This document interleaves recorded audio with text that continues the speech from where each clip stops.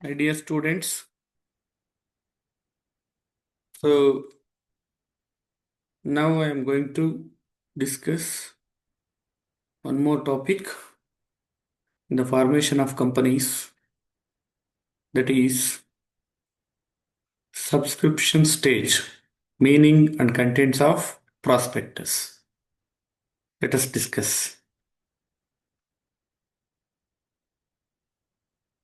So in the formation of company, the third stage is subscription stage. ಪ್ರಿಯ ವಿದ್ಯಾರ್ಥಿಗಳೇ, formation of ಕಂಪನಿನಲ್ಲಿ next stage ಬಂದು subscription stage. ಅದರಲ್ಲಿ prospectus. ಏನದು prospectus ಅಂದರೆ, whether you are starting a new company, raising money through issuing of shares or buying of shares of any company, you are required to have the necessary knowledge about the prospectus of the company. It is based on the prospectus of a company that an investor decides whether or not to become a shareholder of a company, of that company. As prospectus decides the fate of the company and shareholders.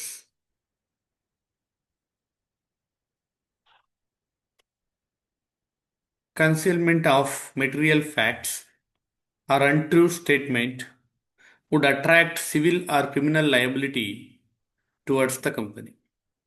So ಆತ್ಮೀಯ ವಿದ್ಯಾರ್ಥಿಗಳೇ, ನೀವು whether you starting a new company, ನೀವು ಒಂದು ಹೊಸ ಕಂಪ್ನಿಯನ್ನು start ಮಾಡ್ತಿರಲಿ ಅಥವಾ ಶೇರ್ಸನ್ನು issue ಮಾಡ್ತಿರಲಿ, ಮನಿಯನ್ನು rice ಮಾಡಲಿಕ್ಕೆ, ನೀವು prospectus ಬಗ್ಗೆ ನಾಲೆಡ್ಜ್ ಹೊಂದಿರಬೇಕು, ನಾಲೆಡ್ಜನ್ನು ತಿಳ್ಕೊಂಡಿರ್ಬೇಕು. ಪ್ರಾಸ್ಪೆಕ್ಟಸ್ ಅಂದರೆ ಏನು ಅಂತೇಳಿ. So it is based on prospectus of a company that an investor decides whether or not to become a shareholder of that company. ಆ ಪ್ರಾಸ್ಪೆಕ್ಟಸನ್ನು ನೋಡಿ ನಾವು ಈ ಕಂಪನಿಯ ಶೇರ್ ಹೋಲ್ಡರ್ ಆಗಬೇಕಾ ಬೇಡವಾ ಅಂತಕ್ಕಂಥದ್ದನ್ನು ಅವರು ಡಿಸೈಡ್ ಮಾಡ್ತಾರೆ. ಸೊ ಈ prospectus decides the fate of the company and share holders. ಅಂದರೆ ಈ ಪ್ರಾಸ್ಪೆಕ್ಟಸನ್ನು ನೋಡಿ ಆ ಕಂಪನಿಯ ಶೇರ್ಸನ್ನು ನಾವು ಪರ್ಚೇಸ್ ಮಾಡಬೇಕಾ ಬೇಡವಾ ಅಂತಕ್ಕಂಥದ್ದು. Because prospectus gives A details about the ಕಂಪನಿಯ ಬಗ್ಗೆ ಡೀಟೇಲ್ಸನ್ನು ಈ ಪ್ರಾಸ್ಪೆಕ್ಟಸ್ಸು ಹೊಂದಿರುತ್ತೆ. So it includes what is prospectus.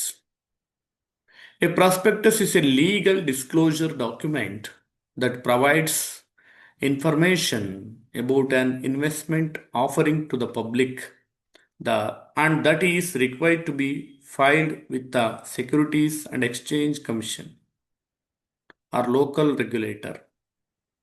The prospectus contains information about the company, its management team, recent financial performance, and other related information that investors would like to know. ಅಂದರೆ dear students, ಇಲ್ಲಿ prospectus ಅಂದ್ರೆ ಏನಪ್ಪ ಅಂದರೆ, ಇದೊಂದು legal document, legal disclosure, ಕಾನೂನುಬದ್ಧವಾಗಿ ಕಂಪನಿಯ ಎಲ್ಲ ಇನ್ಫಾರ್ಮೇಷನನ್ನು ಇದರಲ್ಲಿ ತೋರಿಸ್ತಾರೆ. ಮತ್ತು ಇದನ್ನು ಸೆಬಿನಲ್ಲಿ, securities and exchange board of India, earlier it was known as security exchange commission, so ಅವರು ಅದನ್ನು ಪ್ರಾಸ್ಪೆಕ್ಟಸನ್ನು ಫೈಲ್ ಮಾಡ್ತಾರೆ. ಈ ಪ್ರಾಸ್ಪೆಕ್ಟಸ್ ಕಂಟೈನ್ಸ್ ಏನನ್ನು ಒಳಗೊಂಡಿರುತ್ತೆ ಅಂದರೆ, ಡೀಟೇಲ್ಡ್ ಇನ್ಫಾರ್ಮೇಷನ್ ಅಬೌಟ್ ದ ಕಂಪನಿಯ ಬಗ್ಗೆ ಡೀಟೇಲ್ಡ್ ಇನ್ಫಾರ್ಮೇಷನನ್ನು ಹೊಂದಿರುತ್ತೆ.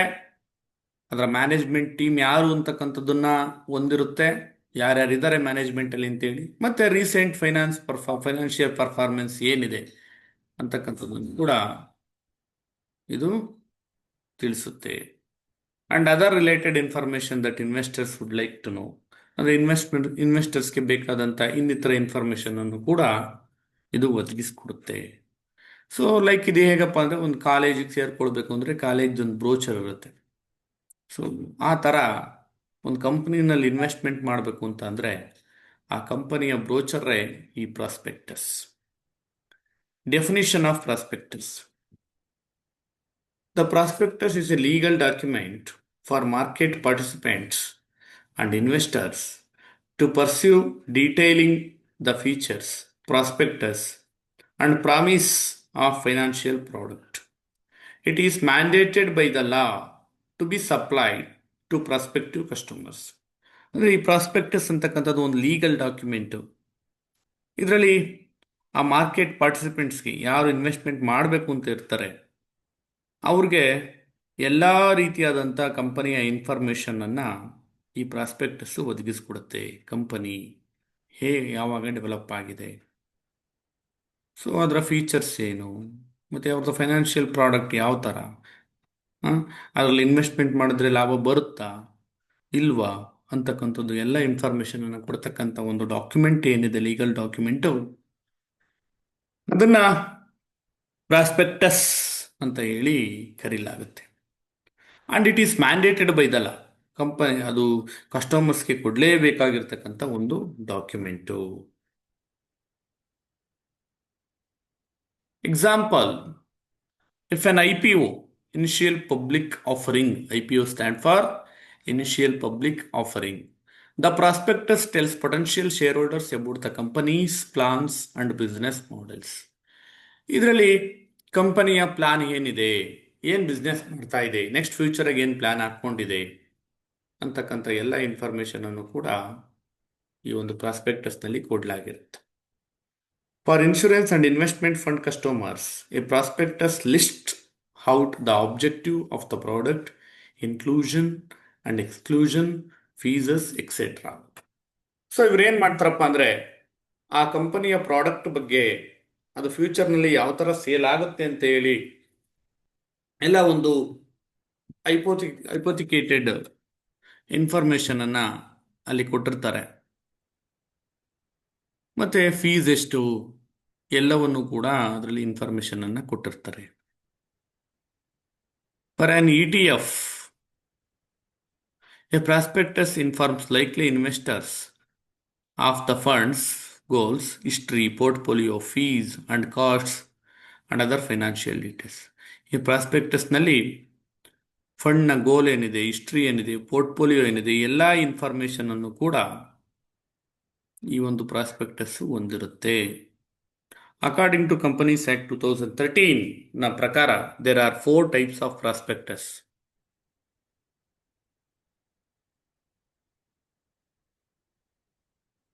Abridged prospectus, deemed prospectus, red herring prospectus and shelf prospectus.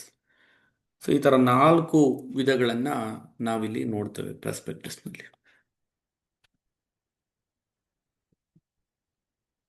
The prospectus contents are specified in the Companies Act. The prospectus must touch over the following content points. One is prospectus ಇವೆಲ್ಲವನ್ನು ಕೂಡ ಹೊಂದಿರ್ತವೆ. Details of the company such as name, registered office address and objects. Details of signatories to the memorandum and their shareholding particulars. Details of the directors. Details of shares offered and the class of issue as well as voting rights. Minimum subscription amount. Okay, dear students, ಈ ಪ್ರಾಸ್ಪೆಕ್ಟಸ್ನಲ್ಲಿ ಏನೆಲ್ಲ ಒಳಗೊಂಡಿರುತ್ತೆ ಅಂದರೆ ಕಂಪನಿಯ name, ಅದು registered office address ಎಲ್ಲಿದೆ, ಮತ್ತು ಅದು objectives ಏನಿದೆ ಅಂತಕ್ಕಂಥದ್ದು ಮೆನ್ಷನ್ ಮಾಡಲಾಗಿರುತ್ತೆ. ಮತ್ತು ಸೈನಾರಿಟೀಸ್, ಆ ಮೆಮೊರಂಡಮ್ ಆಫ್ ಅಸೋಸಿಯೇಷನ್ಗೆ ಯಾರು ಸೈನ್ ಹಾಕಿರ್ತಾರೆ ಅದರ ಡೀಟೇಲ್ಸನ್ನು ಕೂಡ ಅಲ್ಲಿ ಮೆನ್ಷನ್ ಮಾಡಲಾಗಿರುತ್ತೆ. ಮತ್ತು ಯಾರ್ಯಾರು ಡೈರೆಕ್ಟರ್ಸ್ ಅಂತಕ್ಕಂಥ ಡೀಟೇಲ್ಸನ್ನು ಮೆನ್ಷನ್ ಮಾಡಿರ್ತಾರೆ. ಮತ್ತು ಯಾವ ಡೈರೆಕ್ಟರ್ಸ್ಗೆ ವೋಟಿಂಗ್ ರೈಟ್ಸ್ ಇದೆ ಅಂತಕ್ಕಂಥದ್ದನ್ನು ಮೆನ್ಷನ್ ಮಾಡಿರ್ತಾರೆ. ಮತ್ತು ಮಿನಿಮಮ್ ಸಬ್ಸ್ಕ್ರಿಪ್ಷನ್ ಅಮೌಂಟ್ ಎಷ್ಟು ಅಂತಕ್ಕಂಥದ್ದನ್ನು ಮೆನ್ಷನ್ ಮಾಡಲಾಗಿರುತ್ತೆ. And the amount payable on application, on allotment and future calls.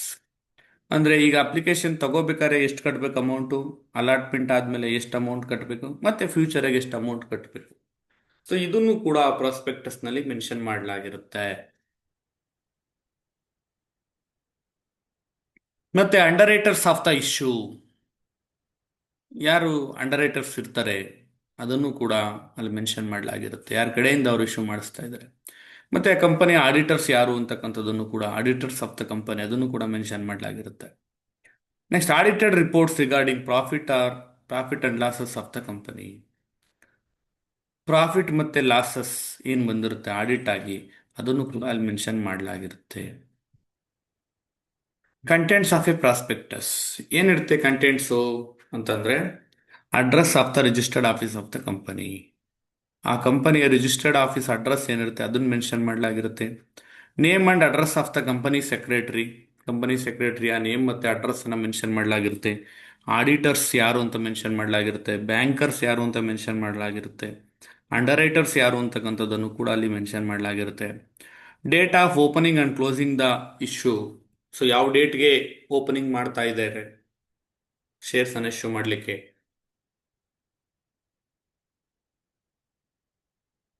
ಮತ್ತೆ ಯಾವ ಡೇಟಿಗೆ ಕ್ಲೋಸ್ ಆಗ್ತಾ ಇದೆ ಅದನ್ನು ಕೂಡ ಮೆನ್ಷನ್ ಮಾಡಿರ್ತಾರೆ. ಮತ್ತೆ declaration about the issue of allotment letters. Declaration ಕೂಡ ಅಲಾಟ್ಮೆಂಟ್ ಲೆಟರ್ಸ್ಗೆ ಹಾಕಿರ್ತಾರೆ. Refund within prescribed time ಅದನ್ನು ಕೂಡ ಹಾಕಿರ್ತಾರೆ. A statement by a board of directors about the separate bank account where all monies received out of shares issued are to be transferred. ಅಂದರೆ ಯಾವ bank ಅಕೌಂಟ್ಗೆ money transfer ಆಗುತ್ತೆ, ಯಾವ ಅಕೌಂಟ್ಗೆ ಅಮೌಂಟನ್ನು ಹಾಕಬೇಕು ಇನ್ವೆಸ್ಟರ್ಸ್ ಅದನ್ನು ಕೂಡ ಅಲ್ಲಿ ಮೆನ್ಷನ್ ಮಾಡಲಾಗಿರುತ್ತೆ.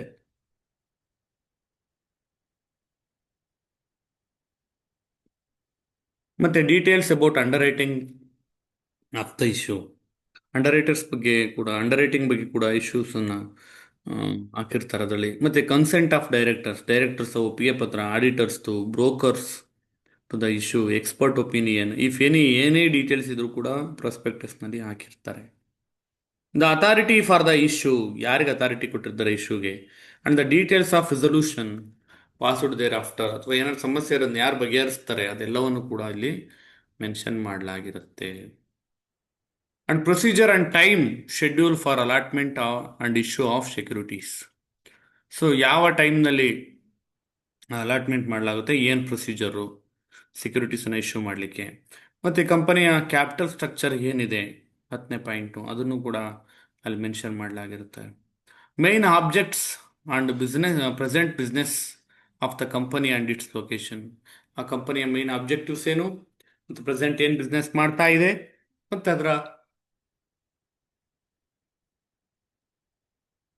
ಲೊಕೇಶನ್ ಎಲ್ಲಿದೆ ಅಂತಕ್ಕಂಥದ್ದನ್ನು ಕೂಡ ಅಲ್ಲಿ ಮೆನ್ಷನ್ ಮಾಡಲಾಗಿರುತ್ತೆ. Main object of public offer and terms of the present issue, ಯಾವ ಉದ್ದೇಶಕ್ಕೋಸ್ಕರ ಪಬ್ಲಿಕ್ಗೆ ಆಫರ್ ಮಾಡ್ತಾ ಇದ್ದಾರೆ ಶೇರ್ಸ್, ಮತ್ತೆ ಪ್ರೆಸೆಂಟ್ ಇಶ್ಯೂ ಯಾವಾಗ ಮಾಡ್ತಾ ಇದ್ದಾರೆ ಅಂತಕ್ಕಂಥದ್ದು. ಮತ್ತೆ ಮಿನಿಮಮ್ ಸಬ್ಸ್ಕ್ರಿಪ್ಷನ್ ಎಷ್ಟಿರಬೇಕು, amount payable by way of premium, ಎಷ್ಟು ಪ್ರೀಮಿಯಂ ಅನ್ನು ಕಟ್ಟಬೇಕು, issue of shares other than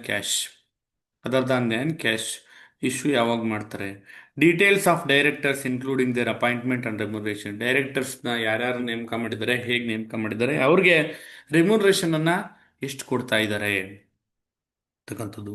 ಅಂದರೆ disclosure about sources of promoters contribution, ಅಂದರೆ ಈಗೇನು ಕಂಪನಿಯನ್ನು ಪ್ರಮೋಟ್ ಮಾಡಿರ್ತಾರೆ ಪ್ರಮೋಟರ್ಸು, ಅವರು ಯಾವ ಒಂದು ಸೋರ್ಸಿಂದ ಕಾಂಟ್ರಿಬ್ಯೂಷನ್ ಮಾಡಿದ್ದಾರೆ ಅಂದರೆ ಲೀಗಲ್ ಇದೆಯಾ ಅಂತಕ್ಕಂಥದ್ದು. Next particulars relation to management perception of risk factors specific to the project, gestation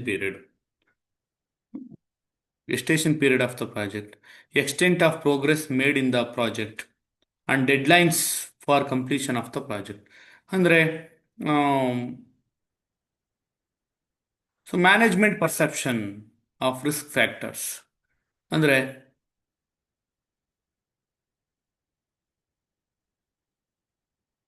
ಆ ಪ್ರಾಜೆಕ್ಟ್ನ ಬಗ್ಗೆ ಮ್ಯಾನೇಜ್ಮೆಂಟ್ಗೆ ಏನು ಪರ್ಸೆಪ್ಷನ್ ಇದೆ, ಅದ್ರ ಗೆಸ್ಟೇಷನ್ ಪೀರಿಯಡ್ ಏನಿದೆ, ಮತ್ತೆ ಅದು ಪ್ರೋಗ್ರೆಸ್ ಯಾವ ಥರ ಆಗುತ್ತೆ ಪ್ರಾಜೆಕ್ಟು, ಮತ್ತೆ ಪ್ರಾಜೆಕ್ಟ್ ಯಾವಾಗ ಮುಗಿಯುತ್ತೆ ಅಂತಕ್ಕಂಥ ಡೆಡ್ಲೈನ್ ಅನ್ನು ಕೂಡ ಕೊಡಲಾಗಿರುತ್ತೆ. So this is what my dear students, thank you very much one and all. So let us see once again what we have discussed. Subscription stage, meaning and contents of prospectus. So in this subscription stage ಅಲ್ಲಿ prospectus ಅಂದ್ರೆ ಏನು ಅಂತಕ್ಕಂಥ introduction, what is ಪ್ರಾಸ್ಪೆಕ್ಟಸ್ನ meaning ಮತ್ತು definition, ಮತ್ತೆ ಅದಕ್ಕೆ example, ಮತ್ತು types of ಪ್ರಾಸ್ಪೆಕ್ಟಸ್ಸು, ಹಾಗೆಯೇ